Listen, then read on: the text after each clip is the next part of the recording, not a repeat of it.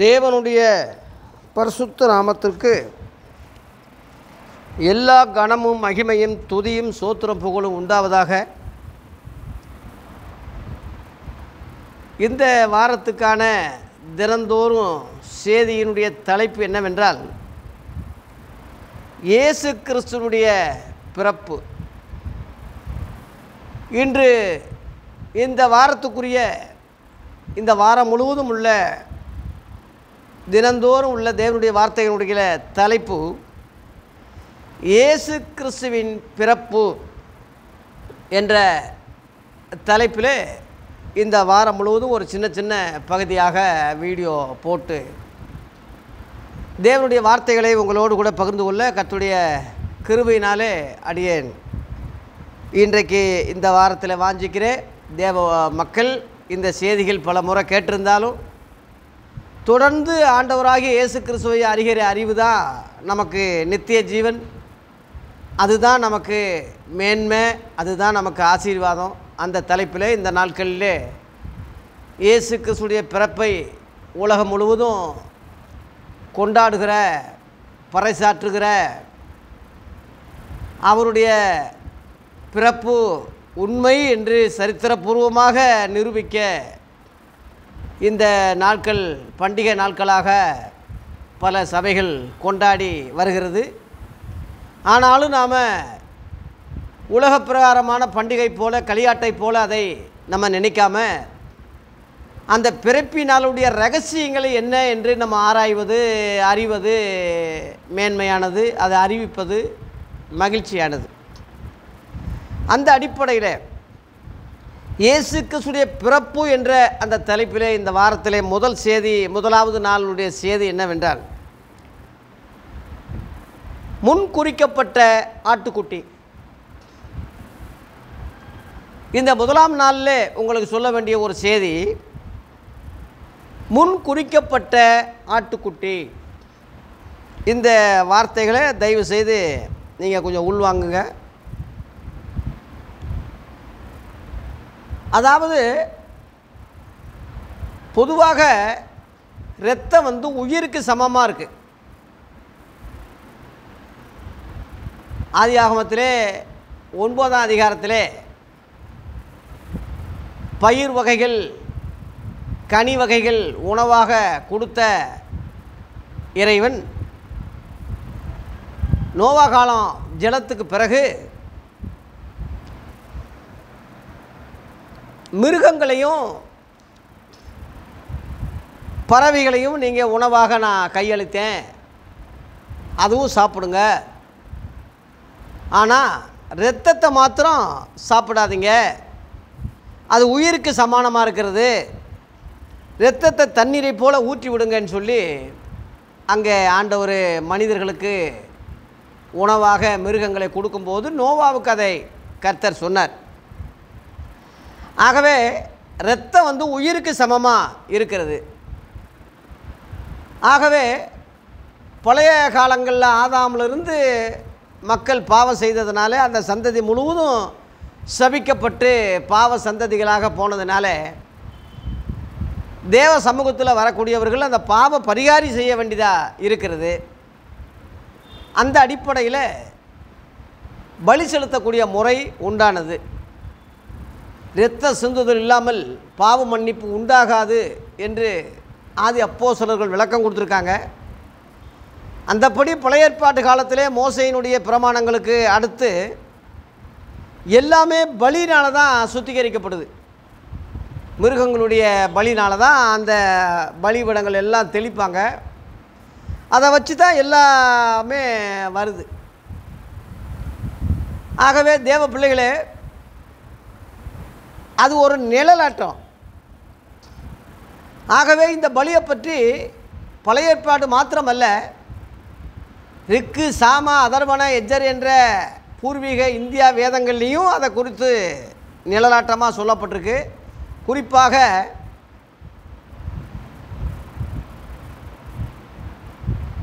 ரிக்கு வேதத்திலே 9ஆம் அத்தியாயத்திலே பிரஜாபதி ஆட்டை போல பலியாவார் என்ற ஒரு குறிப்பு அங்கே இருக்கிறது. சைவ சித்தாந்த காரியங்களையும் கூட புலவர்கள் சொல்லும்போது மிருக பலி இரத்த பலி செலுத்த மாட்டாங்க. ஆனாலும் அவங்க சைவ சித்தாந்த முறையில் எலுமிச்சை பழத்தை அறுத்து குங்குமத்தை தடவி சூலாயுதத்தில் குத்துவாங்க. அதை அப்படியே ரத்தம் மாதிரி அந்த குங்குமத்தில் அந்த சாறு வடிஞ்சு ரத்தமாக சிந்தும். அது ஒரு அடையாளம் தான். அந்த சூலாயுதத்தில் இப்படி ரெண்டு பக்கமாக பிரித்தா அப்படியே சிலுவை வடிவம் வரும். அந்த சூலாயுதம் தான் ராமம்னு சொல்லுவாங்க இந்தில். இந்த மூணுமே பிதா குமாரன் பரிசுத்தாவியானவருக்கு அடையாளம் தான். மும்மூர்த்திகள் என்று அவங்க சொல்லுவாங்க. மும்மூர்த்தி கடவுள்கள். இதான் நம்ம மூவர் என்று பரலோகத்தில் சாட்சியிடுகிற மூவர் என்று நாம் அந்த அர்த்தத்தில் சொல்கிறோம். அவங்க அப்படி சொல்கிறாங்க. இந்த மூணு சூலாயத்தில் நடுவில் மட்டும் குங்குமம் போட்டு வச்சுருப்பாங்க. குங்கும ராம மாதிரி. ஏன்னா குமாரன் நடுவில் வர்றார். பிதா, வார்த்தை, பரிசுத்தாவி. அந்த வார்த்தை தான் மாம்சமாக வந்த இயேசு. இந்த இயேசு பலியாக போகிறார் என்ற அர்த்தத்துக்கு தான் இயேசு என்பதற்கு பாவத்தை போக்கி ரட்சிக்கிறவர் என்று மத்தேயு 1:21 அதுக்கு விளக்கம் சொல்லப்பட்டிருக்காங்க. பாவ பரிகாரி இயேசு, அதான் ரத்தம். இப்படி எடுத்துக்கிட்டால் அவங்க அதாவது பிரம்மா எடுத்துக்கிட்டால், இங்கே ராமான்னு எடுத்துக்கிட்டால் ரெண்டுமே பொதுவாக சிவன் ஆள்கள்லாம் இப்படி பட்டை போடுவாங்க. விஷ்ணு ஆள்கள்லாம் இப்படி பட்டை போடுவாங்க. அதான் அரியும் சிவனும் ஒன்று. இது அறியாத வாயில் மண்ணுன்னு சொல்லி ஒரு பழமொழி கூட அதுக்கு பிறகு தான் வந்தது. ரெண்டுமே ஒரே அர்த்தம் உள்ளது தான். அதே மாதிரி இங்கிட்டு எடுத்துக்கிட்டாலும் பிதா, வார்த்தை, பரிசுத்தாவி தான் இந்த மூவர். பரிசுத்தர் மூணுமே வெள்ளை பட்டயம். நடுவில் குங்குமம் போட்டு சந்தனத்தை தடவி குங்குமம் போட்டு வைப்பாங்க. அந்த சந்தனம் மரத்தை குறிக்கும், குங்குமம் இரத்தத்தை குறிக்கும். நடுவில் உள்ளவர் பலியானார் மரத்தில் என்பதற்கு அடையாளம் தான் அந்த இது. இப்படி நிழலாட்டமாக இப்போ குரானில் எடுத்துக்கிட்டால் அங்கே இப்ராஹிம் ஈசாக்க பலி செலுத்தினது அது ஒரு விழாவாக கொண்டாடுறாங்க, முஹர்ரம் பண்டிகைன்னு. அது ஒரு நிழலாட்டம் தான். அந்த இப்ராஹிமை தான் இவங்க பழைய ஏற்பாட்டில் ஆபிரகாம்னு சொல்கிறாங்க. ஈசாக்கு இயேசு கிறிஸ்துவுக்கு அடையாளம். ஆபிரகாம் தகப்பனாகிய அந்த தகப்பன் குமாரனை பலியா இட்டதை மாதிரி இறைவன் தம்முடைய வார்த்தையை அனுப்பி இந்த உலகத்தில் இயேசு என்ற அவதாரத்தை எடுத்து குமாரனாக அவர் பலியானார் என்பதற்கு அந்த அர்த்தம்தான். ஆகவே வெளிப்படுத்தின விசேஷம் 13:8 அவர் உலகத்தோற்றம் முதல் அடிக்கப்பட்ட ஆட்டுக்குட்டி என்று அங்கே எழுதப்பட்டிருக்கிறது. கவனிங்க, உலகத்தோற்றம் முதலே. அந்த செய்தியை எல்லா வேதங்களையும் எல்லா காரியங்களையும் நிழலாட்டமாக இருக்குது. பழைய ஏற்பாட்டில் இயேசு என்ற பேர் இல்லை, ஆனால் நிழலாட்டம் இருக்குல்ல. ஏசாயா 53 ஒரு ஆட்டை போல் அவர் பலியானார்னு போட்டிருக்கு. அதே போல் மற்ற புராணங்களையும் அதனுடைய நிழல் இருக்குது, நிஜம் கிடையாது, நிழல் இருக்குது. வேத வாக்கியங்களை ஆராய்ந்து பாருங்கள், அவைகளால் நித்திய ஜீவன் உண்டு எண்ணுகிறீர்களே, என்னை குறித்து சாட்சி கொடுப்பவைகளும் அவைகளே என்று சொல்கிறார்.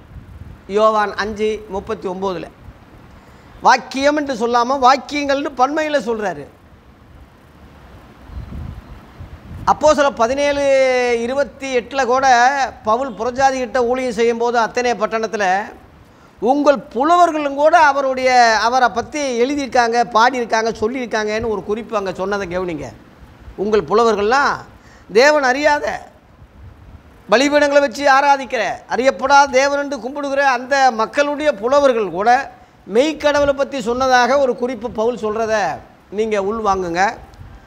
ஆகவே எல்லா புலவர்களும் எல்லா இதிகாசங்களும் உண்மையானவ நிலைமையில் அவங்க தெய்வீக முறையில் இருக்கிறது உண்மையாக இருந்தால் அவங்க இயேசு கிறிஸ்துவை பற்றி நிழலாட்டமாக தீர்க்க தரிசனமாக பல இடங்களில் நிழலாட்டமாக சொல்லியிருக்காங்க. அதை நம்ம தொகுக்கும்போது தான் அந்த நிலைமை நமக்கு தெரியும். ஆகவே ஓம் ஸ்ரீ கன்னி சுத்தையா நமக என்று அந்த சமஸ்கிருதத்தில் ஓதுறாங்க. அதனுடைய தமிழாக்கம் வந்து கன்னியின் வயிற்றில் சுத்தமாக பிறந்தவனே உமை நமஸ்கரிக்கிறோம் என்று அர்த்தம். ஓம் ஸ்ரீ இருதய சூலா நமக என்றால் சூளம் போன்ற மரத்திலே பலியானவரே உமை நமஸ்கரிக்கிறோம் அந்த அர்த்தம்.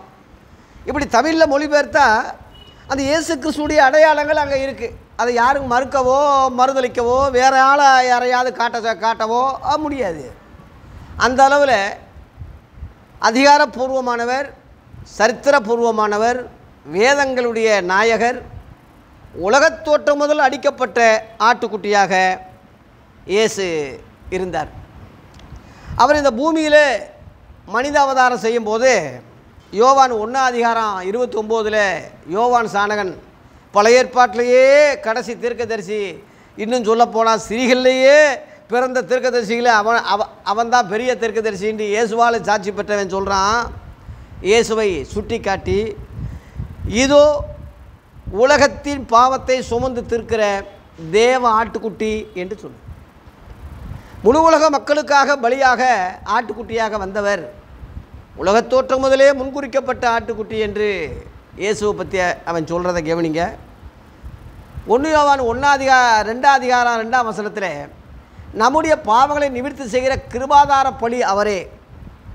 நம்முடைய பாவங்களை மாத்திரமல்ல, சர்வலோகத்தின் பாவங்களை நிவர்த்தி செய்கிற பலியாய் இருக்கிறார் என்று அந்த குறிப்பு இருக்கிறத கவனிங்க.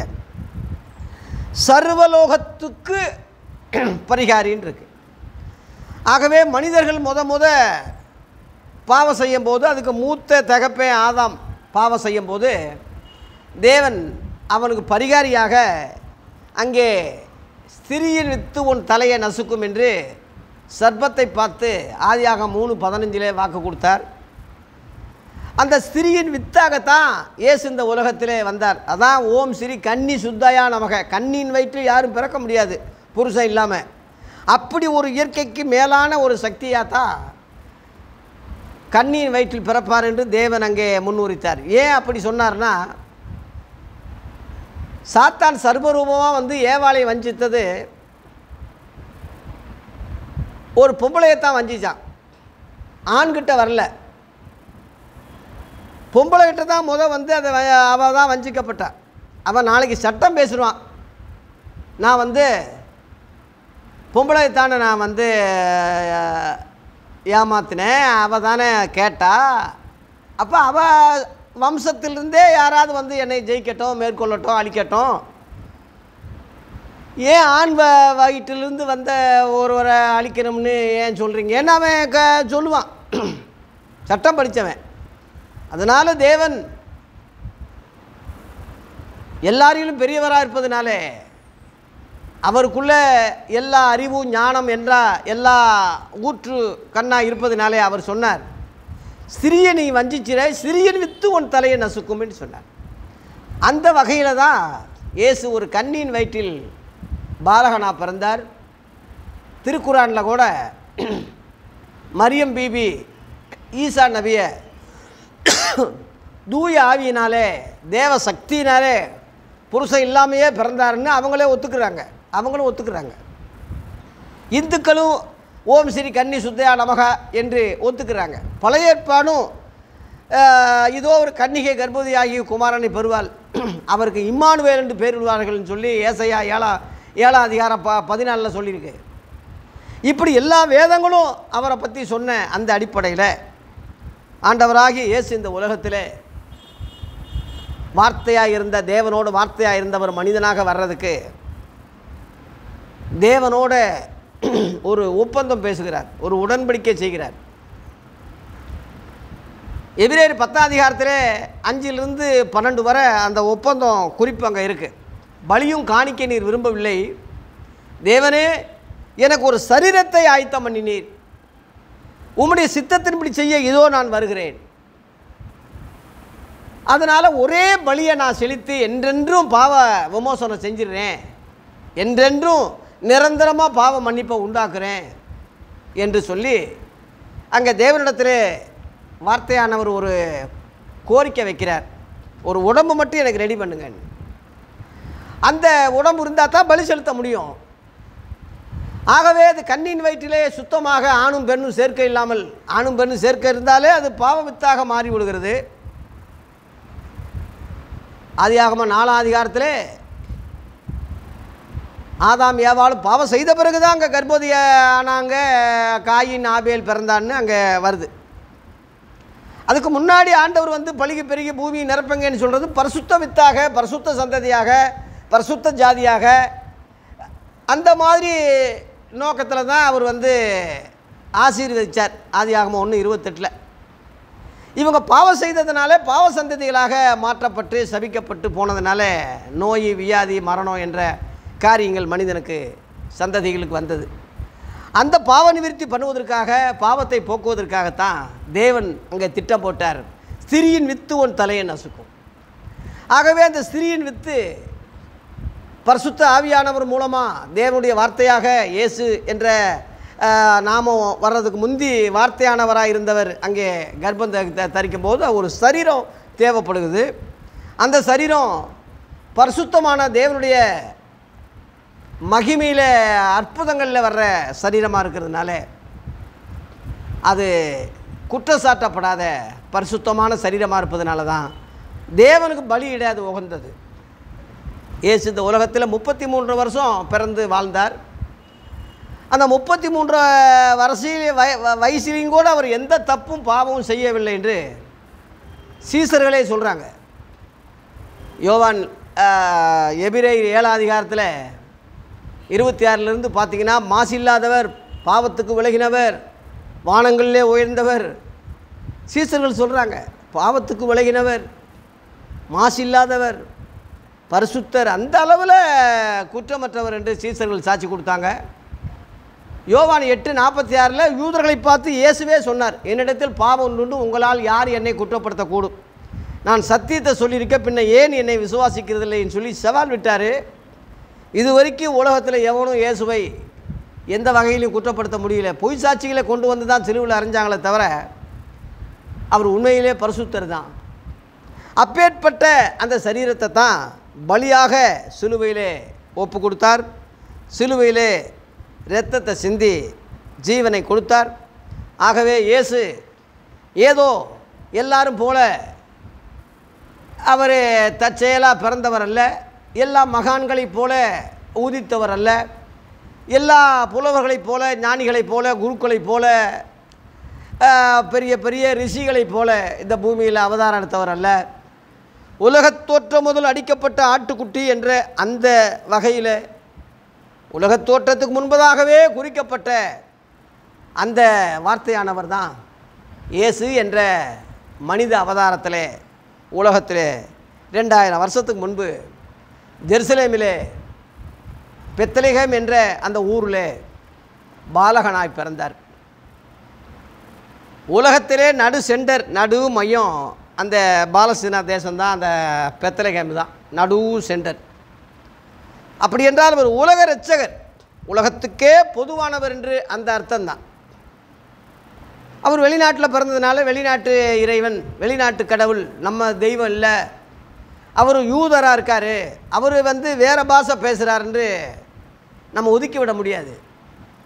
நம்ம இந்தியாவில் உள்ள பிரதமர் வெளி மாநிலத்தில் இருக்கார், வேறு மொழி பேசுகிறாரு, அவர் தமிழர் கிடையாது. ஆனால் அவர் நமக்கு எப்படி பிரதமர்னு ஒத்துக்கிறோம்? நாடு ஒரு நாடு, அது மாதிரி தான் உலகம் ஒன்று தான். கடவுளுடைய பார்வையில் அந்த நாடு, இந்த நாடு, America, London, New Zealand, England, India அப்படிலாம் கிடையாது. கடவுள் பார்வையில் அவர் எல்லாருக்கும் சூரியனை கொடுக்குறார், எல்லாருக்கும் காற்றை கொடுக்குறார், எல்லாத்துக்கும் மழையை கொடுக்குறார், இயற்கை வளங்களை எல்லாத்துக்கும் கொடுக்குறார், எல்லா மக்களும் ஒரே இரத்தத்தில் தோன்ற பண்ணியிருக்காரு. இறைவன் பொதுவானவர், அதனால் பொது இடத்துல நிலைமையில் அவர் பிறந்திருக்கார். அதனால் வெளிநாட்டு கடவுள் அப்படி இப்படி சொல்லி வெளி தெய்வம் அப்படி இப்படின்னு சொல்லி தற்குறிகள் பேசுகிற மாதிரி பேசாமல், உன்னுடைய இரட்சகராக உனக்காக இந்த உலகத்தில் உதித்தவரை இந்த நாட்களையாவது நீ புரிஞ்சு அறிஞ்சு அவரை பற்றி அறிகிற அறிவில் நீ வருவாயானால் அதுவே உனக்கு நித்திய ஜீவன், அதுவே உனக்கு ஆசீர்வாதம், அதுவே மகிழ்ச்சி, அதுதான் மனித வாழ்க்கையில் புகழ்ச்சி. இல்லாவிட்டால் நம்ம இகழ்ச்சியில் தான் இருப்போம். ஆகவே இந்த அருமையான செய்தியை உங்களுக்கு சொல்லி இந்த நாளில் நான் நிறைவு செய்கிறேன். நாளைக்கு இன்னொரு தலைப்பில் உங்களை நான் சந்திக்கிறேன். கர்த்தர் நம்மை ஆசீர்வதிப்பாராக. நன்றி, வணக்கம்.